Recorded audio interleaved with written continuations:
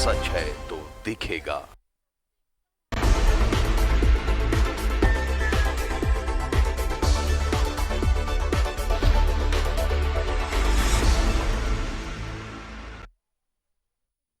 नमस्कार, न्यूज 11 भारत देख रहे हैं आप। आपके साथ मैं हूं अभिषेक भारती। आज दिन कौन सा है? आज दिन है शुक्रवार, और हमने आपसे वादा किया था कि आज आपको एक फिल्म दिखाएंगे, बाकायदा एक बड़ी फिल्म दिखाएंगे, बड़े पैमाने पर रिलीज होने वाली फिल्म। तो आज उस फिल्म का आनंद लीजिए। ये फिल्म रांची से जुड़ी हुई है, और इस फिल्म में हीरो नहीं है, इस फिल्म में हीरोइन है, और विलेन भी वही है। उनका नाम है वंदना शेजवलकर। यूं तो मैडम नगड़ी की अंचल अधिकारी है। मैडम के जिम्मे क्या है? मैडम के जिम्मे यह है कि नगड़ी अंचल के तहत जो जमीन आती है, तमाम जमीनात की रक्षा करना। पर उन्होंने रक्षा नहीं की, उन्होंने जादू दिखा दिया। उन्होंने ऐसा छू मंतर मारा, ऐसा छू मंतर मारा कि औद्योगिक जमीन, यानी जिस जमीन पर उद्योग लगाना था, वो क्या हो गया देखिए। उद्योग विभाग के जमीन नगड़ी सीओ मैडम का एक और कारनामा। उद्योग विभाग के जमीन की करवाई जमाबंदी। शर्त थी औद्योगिक विकास की, विकास हो गया सीओ मैडम का। कोर्ट के फैसले को ही बना लिया लूट का हथियार। 1984 से 2021 तक काट दी रस्सी। जमीन का गड़बड़ झाला। कोटवार is waiting CO madam. Nagri CO madam का तो कारनामा देखिए आप। खाता नंबर 383 383 303 आपने सुना होगा, पर 383 सुन लीजिए आप। 383 एक ऐसा खाता है जिस पर बाकायदा ये औद्योगिक जमीन थी। इस जमीन पर उद्योग स्थापित होना था, पर हुआ क्या? हो गया खेल, और उसके बाद इस जमीन की रजिस्ट्री हो गई। और सबसे बड़ी बात है कि कोर्ट का फैसला, डीसी का फैसला, रांची डीसी ने इस जमीन को लेकर के फैसला दिया, कोर्ट ने इस जमीन को लेकर के फैसला दिया, पर इस फैसले को मैडम ने हथियार बना लिया। और हथियार भी कुछ यूं बनाया कि आपको समझ नहीं आएगा कि यह खेल कैसे दिया गया। गजब का खेल हुआ है, इतना जबरदस्त खेल हुआ है कि आप अंदाजा नहीं लगा सकते। हमारे संपादक अनूप सोनू हमारे साथ जुड़े हुए हैं। हम सबसे पहले संपादक का रुख करते हैं और कुछ समझने की कोशिश करते हैं। जमीन, कहते हैं कि झारखंड जल जंगल जमीन की धरती है, हम सहमत हैं। जल जंगल जमीन के नारे के साथ फिलहाल जो सरकार सत्तानशी है, सत्ता में आई, हम सहमत हैं। जल जंगल तो समझ में आता है, पर ये जो जमीन है ना, ये झारखंड में सबसे ज्यादा अगर जमीन लाल होती है तो वो इसी जमीन के लिए होती है। किस तरीके से देखें अब इसे देख लीजिए। खाता संख्या 383। होना यह था कि औद्योगिक विकास के लिए जमीन मांगी गई थी। हालांकि उसमें तो जमीन बहुत ज्यादा है, उसमें से 120 जो एकड़ है वो जमीन औद्योगिक विकास के लिए इस्तेमाल में होनी थी। पर मैडम ने उसके बाद अपनी छड़ी घुमा दी, और छड़ी कुछ यूं घुमाई कि हाई कोर्ट की बात करें, चाहे बात करें हम डीसी के आदेश की, सबको ठेंगा। अच्छा, उस पर भी एक और बात मैं आपको बता दूं, दर्शकों को भी यह जानकारी दे दूं कि जब आप नगड़ी अंचल जाएंगे तो आपको और अंचल कार्यालयों की तरह वहां आसपास दलाल नजर नहीं आएंगे। और इसके पीछे भी एक बहुत स्ट्रांग कारण है। स्ट्रांग कारण यह है कि मैडम अमूमन बहुत कम ऑफिस जाती हैं। मैडम ऑफिस सिर्फ जब जरूरत होती है तब जाती है। वो उनकी सुविधा अनुसार है। जैसे नमक हम सुविधा अनुसार इस्तेमाल करते हैं खाने में, तो बिल्कुल उसी तरीके से सुविधा अनुसार वो अपने ऑफिस जाती हैं। मगर वहां एक शख्स ऐसे हैं जो बाहर बाहर में सारे कामों को देखते हैं, और वो मैडम के रिलेटिव हैं एंड सो कॉल्ड उनके हस्बैंड भी हैं। किस तरीके से देखें इस चीज को अनूप जी?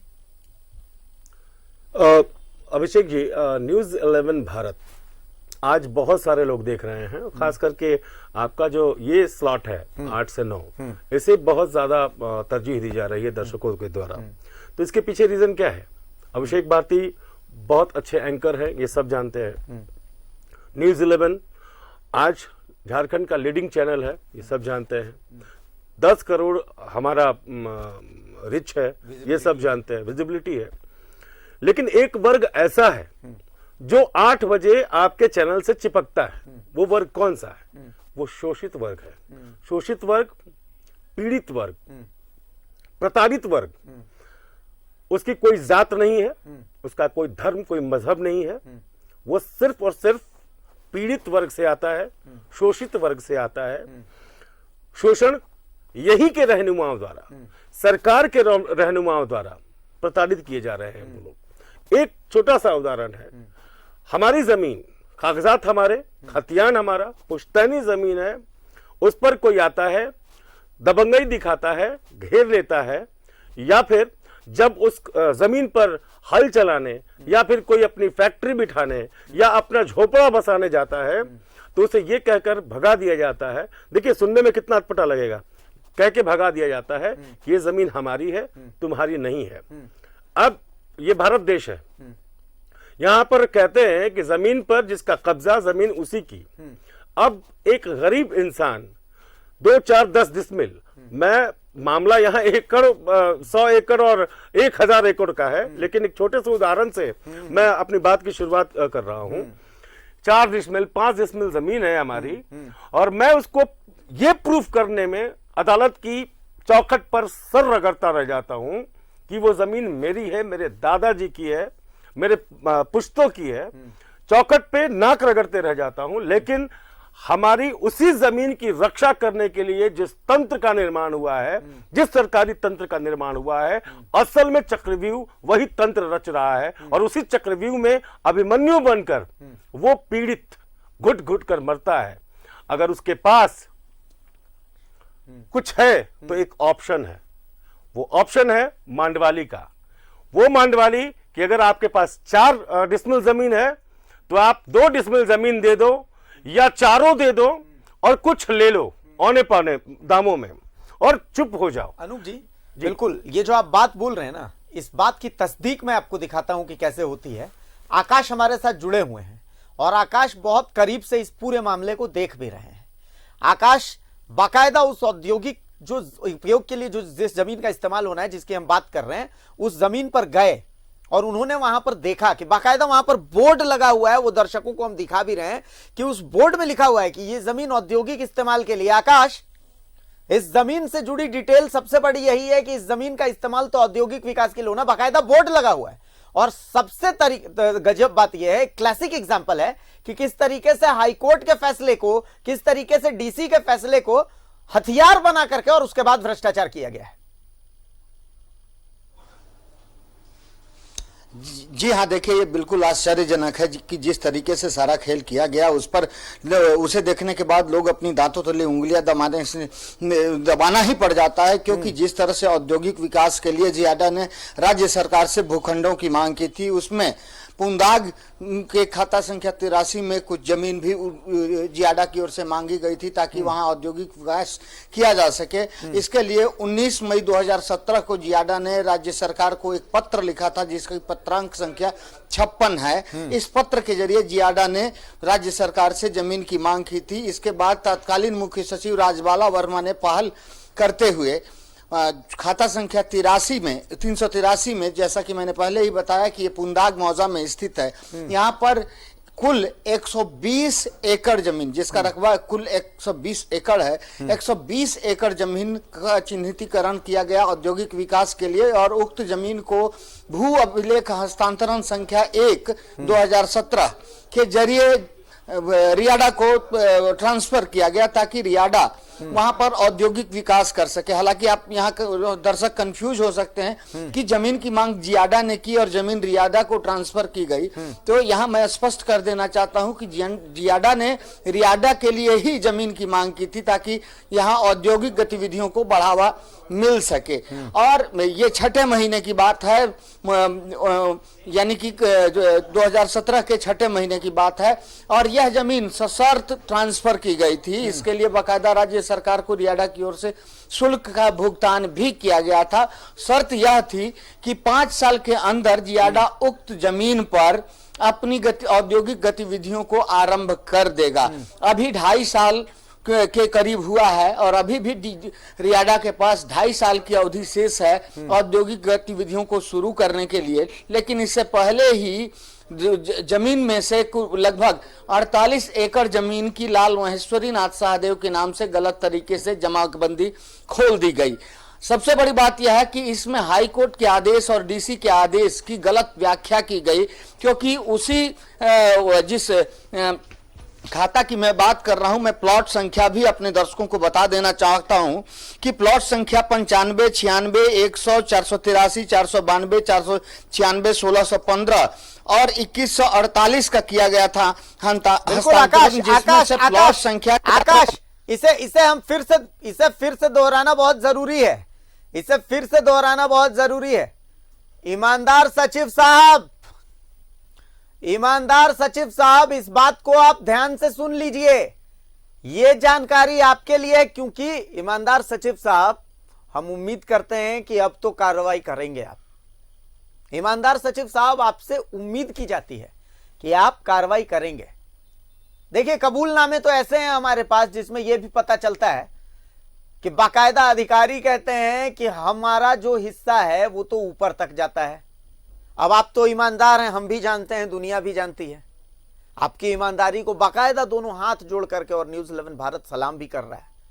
हम जानते हैं कि वो आप तक नहीं आते, तो आखिर वो जाते कहां हैं, या फिर वो आप तक आते हैं तो फिर आप ही जवाब दे सकते हैं।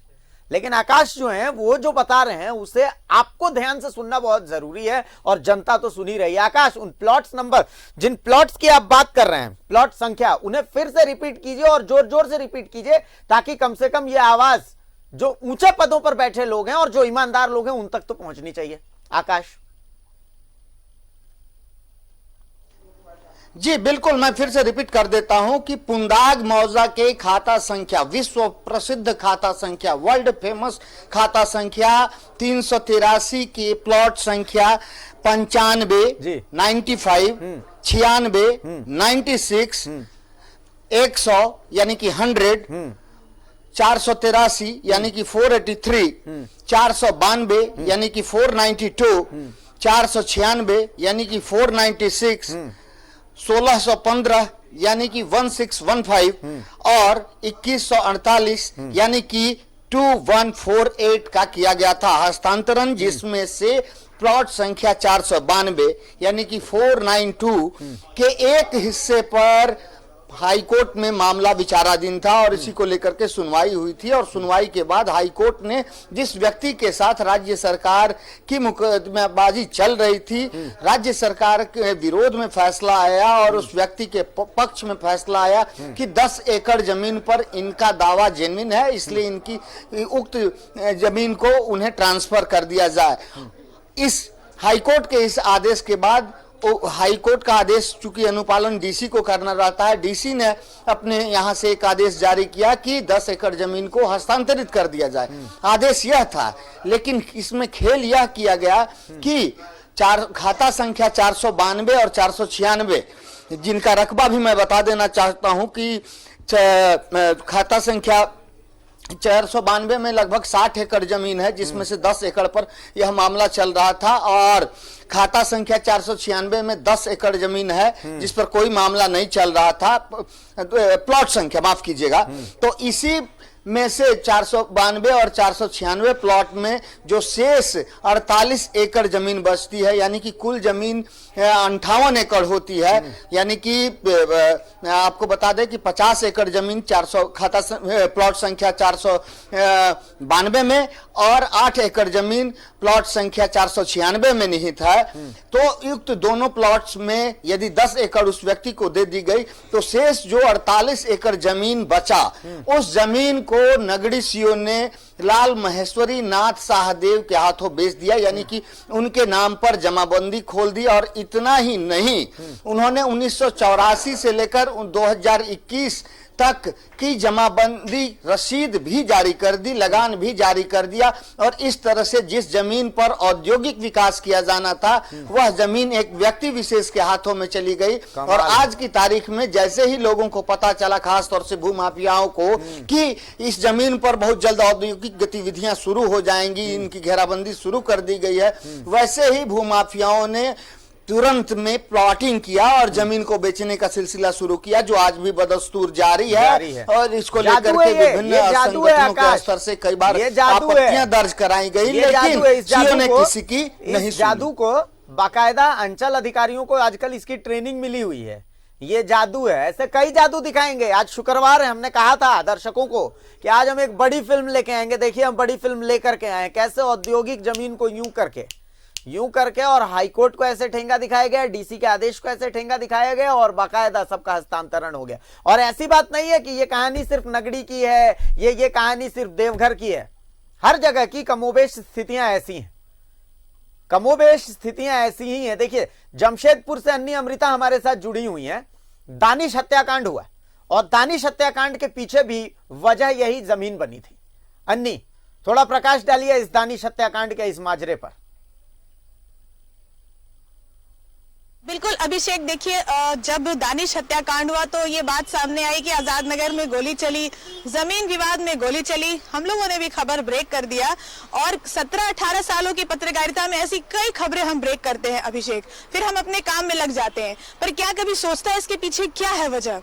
आज आप सीओ की कारगुजारियां दिखा रहे हैं चैनल के माध्यम से, तो सीओ एक कड़ी है। आपने जो भी कुछ देर पहले कहा, जो मुख्य सचिव को संबोधित करते हुए, कि नीचे से ऊपर तक जाता है, सिर्फ सीओ नहीं है, सीओ, थाना और उसके बाद पता नहीं ऊपर तक क्या कुछ होता है। आखिर आप सोचिए कि एक सीओ को कैसे इतनी पावर मिल जाती है, वो इतना खेल कैसे कर लेता है, क्यों ऐसा खेल करता है? क्या उस पर कोई सवाल जवाब होता है? आज तो न्यूज़ 11 सब कुछ सामने ला रहा है, पूरे कागजातों के साथ तो बहुत कुछ सामने आ रहा है। आपको याद होगा हमने आपको बताया था ट्विटर पे मुझे लोग संपर्क कर रहे हैं, रांची के आसपास के लोग भी संपर्क कर रहे थे, मैंने आपको नंबर भी दिया था। तो ऐसे लोग लगातार न्यूज़ 11 से संपर्क कर रहे हैं। और आपको मैं याद दिला दूं अभिषेक, कोरोना काल की बात है, दानिश हत्याकांड में 2 पक्ष हैं, जिसमें एक पक्ष डीसी ऑफिस आता था, बार बार बताता था कि ये हमारी जमीन है और हमें धमकी मिल रही है। इस तरह के विवाद चल रहे थे लगातार। उसमें हमने आपको चिट्ठी भेजी भी, अगर आप दिखा सके दर्शकों को, जिसमें समीर मोहंती जो बैरागोड़ा के विधायक है, उन्होंने पत्र भी लिखा था डीसी को और उसने बताया था कि जो ओल्ड पुरुलिया रोड है मानगो का, उसका जो खाता संख्या वार्ड नंबर 9 का हल्का 2 और 332 नंबर जो खाता है वो सीएनटी जमीन है, लेकिन उसको जो है रजिस्ट्री किया गया था किसी व्यक्ति के नाम, म्यूटेशन किसी और के नाम किया गया था। और इसका आरोप मानगो अंचलाधिकारी लगा है कामिनी कौशल पर। उन्होंने पत्र, बकायदा विधायक का पत्र है, लेकिन इसकी जांच नहीं हुई। प्रशासन बहुत सारे पत्रों की तरह इसको भी ठंडे बस्ते में डाल दिया। अब वो जमीन जिस महतो की थी उसने बेचा किसी को, रजिस्ट्री दानिश के नाम से हुई, म्यूटेशन डाबर नाम का शख्स कराता है और उसके बाद डाबर और दानिश में खूब लड़ाई शुरू होती है और दानिश को गोली मार दी जाती है। और इतना ही नहीं, जो आरोपी गोली मारते हैं सीसीटीवी में दिखते हैं, वो सरेंडर नहीं करते, कोई और आकर सरेंडर करता है और कहता हमने मारा दानिश को। और पुलिस प्रशासन जमशेदपुर आज तक चुप बैठी हुई है। तो कहीं ना कहीं इसके तार दूर तक हैं, सीओ से लेकर के नेता तक इसके तार जुड़े हुए हैं अभिषेक, तभी तो ऐसे मामलों को दबा दिया जाता है। मैं एक पुलिस अधिकारी, उनका नाम नहीं ले सकती, उन्होंने ऑफ द कैमरा एक बहुत अच्छी बात कही है कि अगर सीओ लेवल पर एडमिनिस्ट्रेशन कड़ाई करे तो आधी प्रॉब्लम पुलिस की सॉल्व हो जाएगी, क्योंकि सर्वे नहीं किया जाता है, म्यूटेशन गलत तरीके से कर देता है सीओ, रजिस्ट्री गलत तरीके से हो जाती है और आम आदमी कागजात लेके भटकता रहता है। आज न्यूज़ 11 के दफ्तर में जगह मिल जा रही है, वो अपनी पीड़ा बता रहा है। ऐसे हजारों एग्जाम्पल है। तो यहीं से सारी गड़बड़ हो रही है और आप लॉ एंड ऑर्डर को लेकर सड़क पे निकलते हैं, सीएम का पुतला जलाते हैं, बहुत कुछ हम करते हैं, पर क्या उसके रूट कॉज में जाते हैं कि ये शुरू कहां से हो रहा है? आधी से अधिक घटनाएं जमीन विवाद से जुड़ी है, लेकिन सीओ पे कोई कार्रवाई आज तक हुई? आज तक सीओ पे कोई बात करता है कि सीओ क्या करता है? और सीओ अगर ऐसा करता है तो वो अपना हिस्सा किसको पहुंचा रहा है?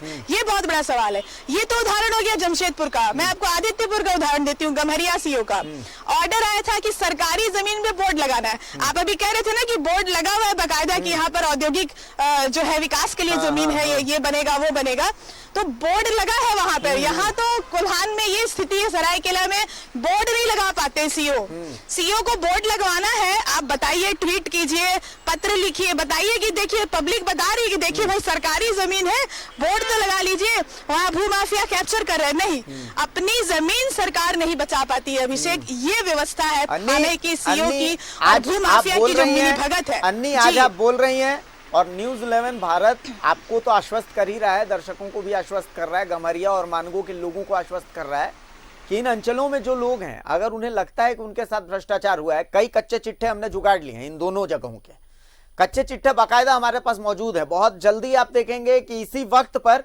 इनके भी कच्चे चिट्ठे यहीं अभिषेक भारती खोलेगा, यहीं मौजूद रहेंगे, आप ही लाइव में मौजूद रहेंगे और इन कच्चे चिट्ठों का खुलासा करेंगे कि कहां कहां बाकायदा सीएनटी जमीन की रजिस्ट्री इन लोगों ने कर दी है आम लोगों के नाम से। लोग हमसे संपर्क कर रहे हैं, उन्होंने हमें डॉक्यूमेंट्स भी दिए हैं, हमने कोशिश की है इन लोगों से संपर्क कर लेते हैं ताकि इनका जो पक्ष है वो भी हम लोगों के सामने रखें कि अगर इनका कोई पक्ष है तो वो जनता के सामने आना चाहिए और वो हम करेंगे। अनूप जी, आपके पास मैं आऊंगा, आप पूरी बातों को सुन रहे हैं और उसके बाद फाइनल कमेंट्स मैं आपसे ही लूंगा, क्योंकि मैं लगातार देख रहा हूं आपके चेहरे पर मुस्कुराहट आ रही है।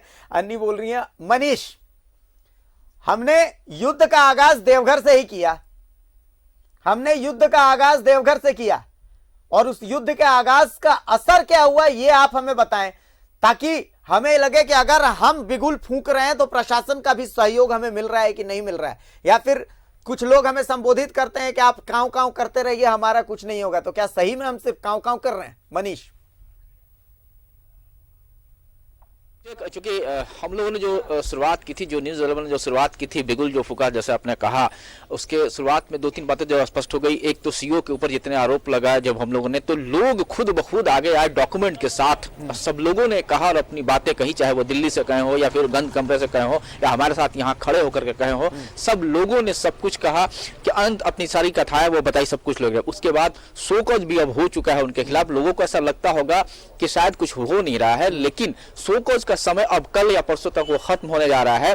और चूंकि शोकॉज का लेटर जैसे ही ऊंचे ऑफिस से, यानी कि हम कहेंगे रांची ऑफिस से जब शोकॉज का लेटर निकला, तो शायद सीओ को वहां से ही हम कह सकते हैं, विभागीय जो सचिव हैं वहां से शायद किसी ने उनको बता दिया, भाई शोकॉज का लेटर निकल रहा है यहाँ से, तुम वहां से जल्दी से आ जाओ। और वो जहां भी थे वो आ गए और आकर के देवघर में ज्वाइन कर लिया और आज तक वो काम भी कर रहे हैं।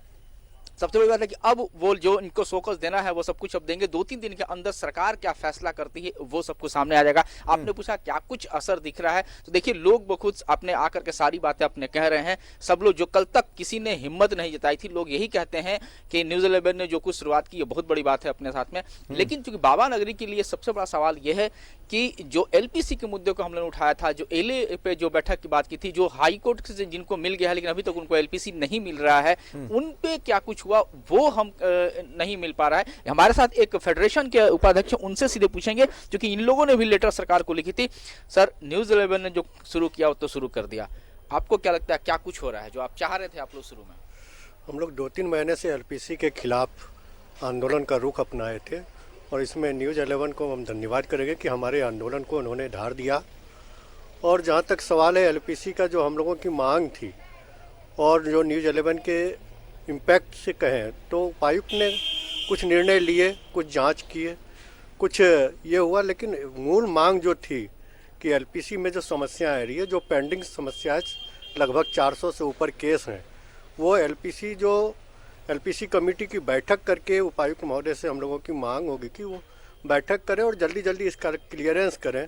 हाईकोर्ट से भी कितने लोगों ने हाईकोर्ट से ऑर्डर लेके आया है, उनके लिए भी कुछ नहीं हो रहा है। जांच हो रही है, पहले भी जांच हो रही थी, तो जांच तो जो हुआ है सो हुआ है। जांच से आगे हम लोगों को ये चाहिए था कि बाकी आम लोग और व्यवसायी जो प्रताड़ित हो रहे हैं एलपीसी के कारण, जमीन रजिस्ट्री नहीं हो पा रहा है, लोन नहीं मिल पा रहा है, म्यूटेशन नहीं हो पा रहा है, जिसके कारण मॉर्गेज नहीं दे पा रहे हैं, ये सब समस्याएं हल हों। और जो छोटी सी एक रैयती ज़मीन पे जो एलपीसी पिछले साल लागू हो गया था कोरोना के समय में, उसको अविलंब समाप्त करें। ये 2 बड़ी मांगें थी कि उसको अविलंब समाप्त करें, जिससे आम लोग त्रस्त हैं। और एलपीसी की बैठक जो सालों साल से नहीं हो रही है, हम उम्मीद करें कि एलपीसी की बैठक हो ताकि पेंडिंग मामला 462 पेंडिंग मामला पे कुछ नहीं रह जाए। देखिए अभिषेक, मैं इनके बातों को मैं आगे बता रहा हूँ कि दरअसल जो डीसी हैं उन्होंने सीधे सीएम से बात की थी, सीएम के निर्देश पे ही सब कुछ वो कर रहे हैं। उन्होंने 4 जो उन्होंने कदम उठाए थे, उसमें ये था कि अपर समाहर्ता के अगुवाई में एक कमेटी बैठेगी जो जांच करेगा, वो जांच ही कर रहा है। शोकॉज की बात उसी में हो गई है। दूसरी उन्होंने कहा था एसडीएम और एसडीपीओ और एपीपी के में एक टीम बनी थी, गोपनीय और कंपोजाइट।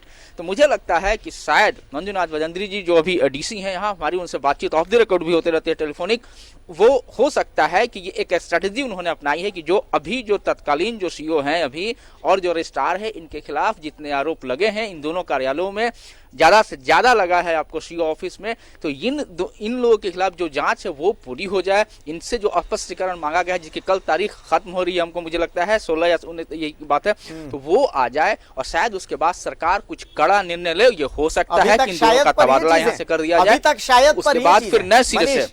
अभी तक शायद पर ये इसलिए अभिषेक इसलिए कि अब इसलिए अभिषेक मैं कहूंगा यहाँ पे कि देवघर की जनता सवाल उठा रही है, सरकार पर सवाल उठा रही है के सोनपुर विभागीय सचिव पर कि आज तक उनका एक बयान कम से कम आकर के खड़े होकर कहते कि हाँ ये कार्रवाई हो रही है। लोग यही उम्मीद कर रहे हैं। अगर मैं यहाँ से खड़े होकर मैं साफ कहना चाहता हूँ कि अगर सरकार कुछ कड़े निर्णय नहीं लिए तो निश्चित तौर पर सवाल सरकार के भी कार्यशैली पर सवाल उठना तय है। अभिषेक, अब यहां पर अनूप जी के पास मैं चलता हूं। अनूप जी, नहीं सर, इसमें एक चीज है, आप इस चीज को, इसका मैं आपसे समझना चाहूंगा जवाब कि नगड़ी सीओ औद्योगिक जमीन का हस्तांतरण कर देती हैं। वो ऐसा कर देती हैं क्योंकि उन्हें पता है कि हम कांव कांव करके रहेंगे। कांव कांव शब्द इस्तेमाल कर रहा हूं मैं हम और आप, हम दोनों के लिए इस्तेमाल कर रहा हूं। हम कांव कांव कर रहे हैं, इसी चीज से संबोधित किया जाता है। आकाश, आप भी ध्यान देंगे, कांव कांव कर रहे हैं। वो ऐसा करती है इसलिए क्योंकि हम कांव कांव करके रह जाएंगे और उन्हें पता है कि उन पर कार्रवाई नहीं होगी। अनिल सिंह जैसे लोग हैं जिनको पता है कि उनके ऊपर कार्रवाई नहीं होगी। दानिश को इसलिए मार दिया जाता है क्योंकि उनको पता है कि मारने वालों को कि भाई कोई और भी सरेंडर करेगा तो भी मामला रफा दफा हो जाएगा। सीओ किसी और नाम से म्यूटेशन इसलिए कर देते हैं क्योंकि उन्हें पता है कि उन पर कार्रवाई नहीं होगी। क्या सब कुछ ऐसे ही चलता रहेगा? क्या हमारी आवाज, हम लोकतंत्र के चौथे खंभे कहे जाते हैं, फोर्थ पिलर, तो क्या हम सिर्फ कांव कांव करते ही रह जाएंगे? अनूप जी, देखिए भारती, जब बड़े नेक्सस को तोड़ना पड़ता है और आप उसके खिलाफ खड़े होते हैं तो थोड़ी चुनौतियां सामने आती हैं। और जो बड़ा ग्रुप होता है, जो अगर आपका विपक्षी बहुत बड़ा नेटवर्क वाला है, ताकतवर लोगों के साथ वो जुड़ा हुआ है, तब वो आपकी ताकत को बहुत हद तक टटोल लेना चाहता है। ऐसा नहीं है कि उस पर असर नहीं पड़ता, असर पड़ रहा है। आप अभी जैसा बताया, मनीष ने बताया कि और फेडरेशन के एक व्यक्ति से उन्होंने बात भी की, उन्होंने कहा असर पड़ रहा है। मैं भी कह रहा हूं कि असर पड़ रहा है। सचिव साहब, जिस ईमानदार सचिव साहब की आप बात कर रहे हैं, सब जान रहे हैं किसकी बात हो रही है। अब उनके पास किसी भी सीईओ की कोई शिकायत आ रही है तो तुरंत जांच लिख दे रहे हैं, वो जांच के आदेश दे रहे हैं। अब कम से कम इतना ये हो रहा है। लेकिन जिन केसेस को हम लेकर बैठते आ रहे हैं पिछले कई दिनों से, उन केसेस पर वो मुंह खोलकर बोलने के लिए तैयार नहीं है और कार्रवाई भी नहीं हो रही है। इसके पीछे की वजह क्या है? क्योंकि जो आरोप लग रहे हैं, जो भी लोग हमारे संपर्क में आए हैं या हमारे इन्वेस्टिगेटिव स्टोरीज के जरिए उस सफर में जितने लोग आए, जिनके जरिए हम वहां तक पहुंचे, ऐसे सीईओ के भ्रष्टाचार के मंजिल तक पहुंचे, उन लोगों ने जो बताया, उनके बताए हुए रास्ते पर अगर हम चलकर देखें तो नीचे से लेकर ऊपर तक जिसका जिक्र आप भी कर रहे थे, अन्य भी कर रही थी, वो तो है, वो स्पष्ट है। इसीलिए जो मामले खुल रहे हैं उस पर कोई भी सामने आकर फ्रंट फुट पर बल्लेबाजी करने से डर रहा है, क्योंकि उसमें उसके भी हाथ काले हो जाएंगे। नगड़ी सीओ की बात हम करते हैं, जरा सा यहां आते हैं। एक पहलू हम छोड़ रहे हैं, एक दो पहलू छोड़ रहे हैं। ये जो सीओ साहिबा है, ये कितने दिन अपने अंचल कार्यालय जाती हैं, जरा ईमानदार सचिव साहब से पूछिए और कहिए। मैं चाहूंगा कि आप कहिए, और नहीं तो आपके हवाले से मैं कह देता हूं कि सचिव साहब, इन सीओ साहिबा का रजिस्टर चेक कीजिए, अटेंडेंस चेक कीजिए। ये कितने दिन अंचल कार्यालय जाती है, फिर भी हर म्यूटेशन पर साइन होता है, हर काम होता है। करता कौन है? मैं तो नगड़ी के लोगों से अपील कर रहा हूं। हमने ये युद्ध छोड़ा है और ये जो युद्ध है इसे छेड़ा है, हमने रणभेरी बजाई है और बाकायदा ये युद्ध जारी रहेगा। हमने तो वादा किया है अनूप जी कि जब तक तोड़ेंगे नहीं तब तक छोड़ेंगे नहीं। तो जब तक लोगों के पास अगर ऐसा कोई भी मामला आता है जिसमें उनके साथ नाइंसाफी हुई हो तो वो न्यूज 11 भारत से संपर्क करें और बाकायदा हमें अपनी शिकायत करें और हम इस मामले को आगे लेकर के जाएंगे, इस मंच में जगह देंगे। अनूप जी, बात पूरी करें। अधूरा है। कौन करता है इनका काम? इतने बड़े साम्राज्य को, काले साम्राज्य को क्या ये महिला संभाल पा रही है? नहीं। इसके पीछे बिल्डर्स हैं, इसके पीछे प्रॉपर्टी डीलर्स हैं, लेकिन उनको डील कौन कर रहा है? तो महोदया के पति। महोदया के पति अकथित तौर पर सीईओ की भूमिका अदा कर रहे हैं, जो पेशे से एडवोकेट है, इलाहाबाद से आए हुए हैं। उन्होंने अपने भतीजी और भाभी के नाम पर जमीन भी नगरी में ले रखी है। आप सचिव महोदय से कहिए इसकी जांच करा लें। ये सारी चीजें उनके पति महोदय करते हैं, और इनफैक्ट एजेंट का नाम दूंगा मैं, उनके पति एजेंट का काम करते हैं। और जिस औद्योगिक प्रॉपर्टी की आप बात कर रहे थे, जिसके नाम पर लैंड लिया गया 600 एकड़ का, जिसमें 120 एकड़ का कोई हिसाब किताब नहीं मिल रहा है और किस तरीके से बेच दिया गया, उसकी जांच करा ले। उसमें डील किसने की है? उसमें भी डील की है सीईओ साहिबा के पति ने। जैसे इस झारखंड में ही क्या पूरे देश में मुखिया पति होते हैं, सरपंच पति होते हैं, पार्षद पति होते हैं, सीईओ पति भी अब सामने आने लगे हैं।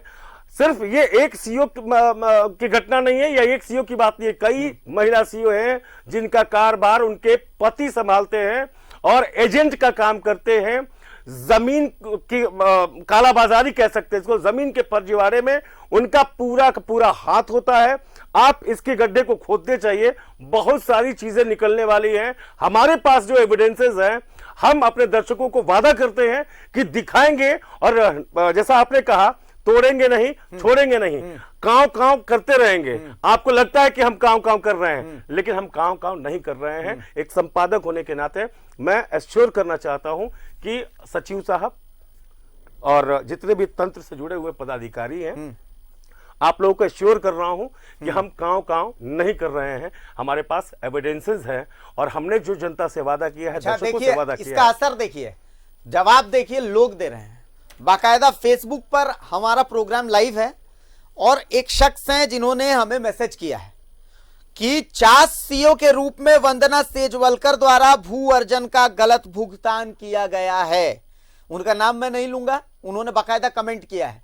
तो जो हमें कहते हैं कि हम कांव कांव कर रहे हैं, देखिए हमारे कांव कांव का असर, यही कांव कांव झारखंड की आवाज है, यही कांव कांव झारखंड के उस जमीनी आदमी की आवाज है जिसकी कोई नहीं सुनता, जिसकी कांव कांव आप लोगों के कान तक नहीं जाती। अधिकारी महोदय, आप सर अनूप जी ये देखिए, आप ये फेसबुक का स्क्रीनशॉट हम आपको दिखा रहे हैं। चास सीईओ के रूप में वंदना सेजवलकर द्वारा भू अर्जन का गलत भुगतान किया गया है। आप हमारे फेसबुक पेज पर कमेंट कीजिए, हम आपसे संपर्क करेंगे। आपके पास अगर ऐसा कुछ मामला है जिसमें आपके साथ गलत हुआ है, आपकी हकमारी हुई है, तो विश्वास रखिए, न्यूज 11 भारत आपसे वादा करता है कि हम आपकी आवाज इस मंच से उठाएंगे। बहुत महत्वपूर्ण बात है ये। तो जाहिर सी बात है कि ये जो मामला है, और ऐसे कई मामले हैं जो लोगों के सामने आ रहे हैं, हमारे सामने आ रहे हैं, और लोग इससे दो चार हो रहे हैं। अब सीधी सी बात है सर, ऐसे मामलों को देखिए, ये उनकी आवाज है जिनकी कोई नहीं सुनता, ये वो लोग हैं जिनकी कोई नहीं सुनता। इन पर भी बातचीत हम करेंगे। आकाश आप हमारे साथ बने रहिए, अनूप जी आप भी बने रहें, अनीत मनीष आप हमारे साथ बने रहें। एक छोटे से ब्रेक का वक्त है, ब्रेक के बाद वापस आएंगे तो फिर हम इस बातचीत को और आगे बढ़ा रहे हैं। एक छोटा सा ब्रेक।